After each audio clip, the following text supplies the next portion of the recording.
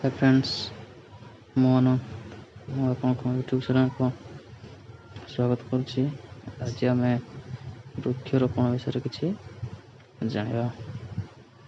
ଏଠି ମୁଁ ଆପଣଙ୍କୁ ଜଣାଇ ଦେଉଛି ଆଗରୁ କି ଆଜି କ'ଣ ପାଇଁ ବୃକ୍ଷରୋପଣ କାର୍ଯ୍ୟ କରାଯାଉଛି ଆଉ କାହିଁକି। ତ ଚାଲନ୍ତୁ ଲେଟ୍ ନକରି ଏବେ ଭିଡ଼ିଓଟିକୁ ଆରମ୍ଭ କରିବା।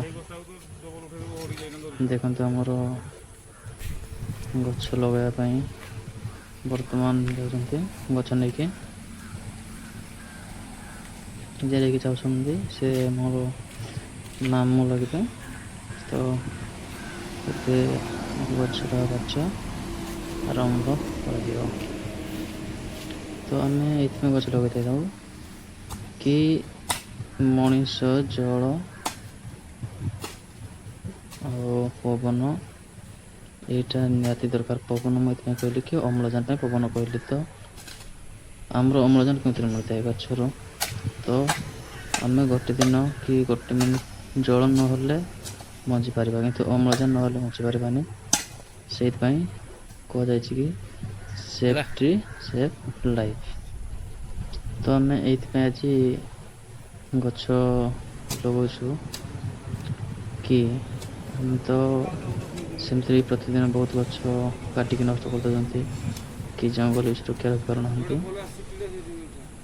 ତ ଏଠି ଆମେ ଏମିତି ପିଲାମାନେ ଗୋଟେ ସଂସ୍ଥା କରିଦେଇଛୁ କି ଯଦି ଗୋଟେ ଗାଁରେ ଜଣେ କେହି ବି ନଷ୍ଟ ହୋଇଗଲେ ତ ତାଙ୍କ ନାଁରେ ତାଙ୍କ ସ୍ମୃତିରେ ଗୋଟେ ଗଛ ଲଗାଯିବ। ସେଥିପାଇଁ ଏହି ଗଛଟି ଆସି ଲଗାଯାଉଛି।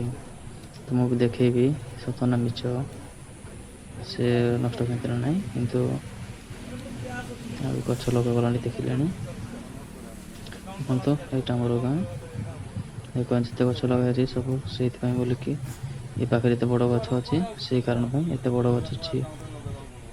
ସମସ୍ତେ ଏମିତି ଆଜି ନାହିଁ, ଆମର ପୂର୍ବରୁ ହିଁ ଏମିତି ଲଗାଉଛନ୍ତି।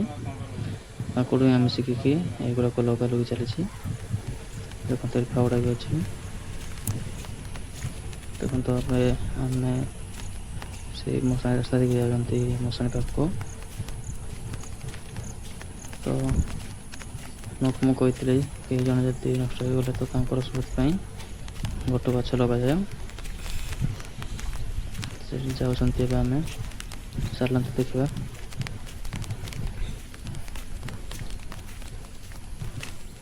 ତ ଦେଖିବା ପୂର୍ବରୁ ମୋ ଗୋଟେ ରିକ୍ୱେଷ୍ଟ କି ଆପଣ ଭିଡ଼ିଓ ଦେଖିଥିବାରୁ ଧନ୍ୟବାଦ, କିନ୍ତୁ ତା ସହିତ ଭିଡ଼ିଓଟିକୁ ଲାଇକ୍ ଆଉ ସବସ୍କ୍ରାଇବ୍ କରିବା ପାଇଁ ଜମାରୁ ଭୁଲିବେନି। କାହିଁକି ନା ଏମିତି ଶିକ୍ଷଣୀୟ ଜିନିଷ ମୁଁ ଆଗକୁ ଆପଣଙ୍କ ପାଇଁ ନେଇକି ଆସିବି। ଆପଣଙ୍କର ଭଲ ପାଇବା ମିଳିଲେ ମୁଁ ଆଗକୁ ଅଧିକରୁ ଅଧିକ ଭିଡ଼ିଓ ବନେଇବି। ସେଥିପାଇଁ ଲାଇକ୍ ଆଉ କମେଣ୍ଟ ସବସ୍କ୍ରାଇବ୍ କରିବା ପାଇଁ ଜମାରୁ ବି ଭୁଲିବେନି। ଦେଖନ୍ତୁ ଫ୍ରେଣ୍ଡସ୍, ପୂର୍ବରୁ ମୁଁ ଦେଖିଥିଲି ଆପଣଙ୍କୁ ଏ ଜାଗା ସେଇ ନଦୀ ବଢ଼ି ଭିଡ଼ିଓରେ। ଦେଖନ୍ତୁ, ସେଇ ମଶାଣି ପାଖକୁ ପଳେଇ ଆସିଲେଣି ଆମେ। କିନ୍ତୁ ଏଇଟା ଆମର ରାସ୍ତା NH49 ହାଇୱେ। ଏବେ ତ ଡାଇରେକ୍ଟ ସାମନାକୁ ଯାଇ ହେବନି, ସାମନାରେ ଏ ବ୍ରିଜ୍ ଉପରୁ ଆମେ ଦେଖିବା।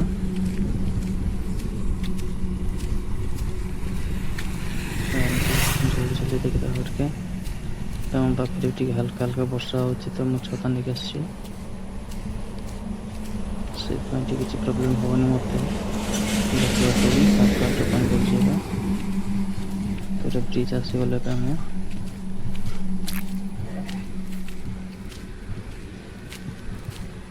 ଦେଖନ୍ତୁ, କାଲି ସେଠି ପାଣି ବୋଟଲ ଗୁଡ଼ାକ ପକାଇଛନ୍ତି।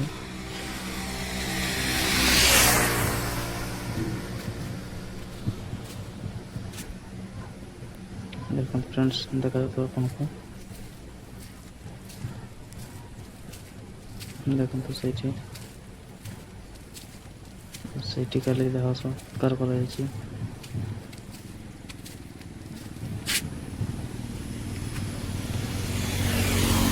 ଆଜି ଆପଣଙ୍କୁ ଦେଖେଇଲି ଆଉ କେଉଁଥିପାଇଁ କ'ଣ ପାଇଁ ସେଗୁଡ଼ାକ ବି କହିଦେଲି।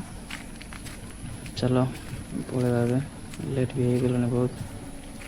ତ ଧନ୍ୟବାଦ ଭିଡ଼ିଓକୁ ଦେଖିଥିବାରୁ। ଲାଷ୍ଟରେ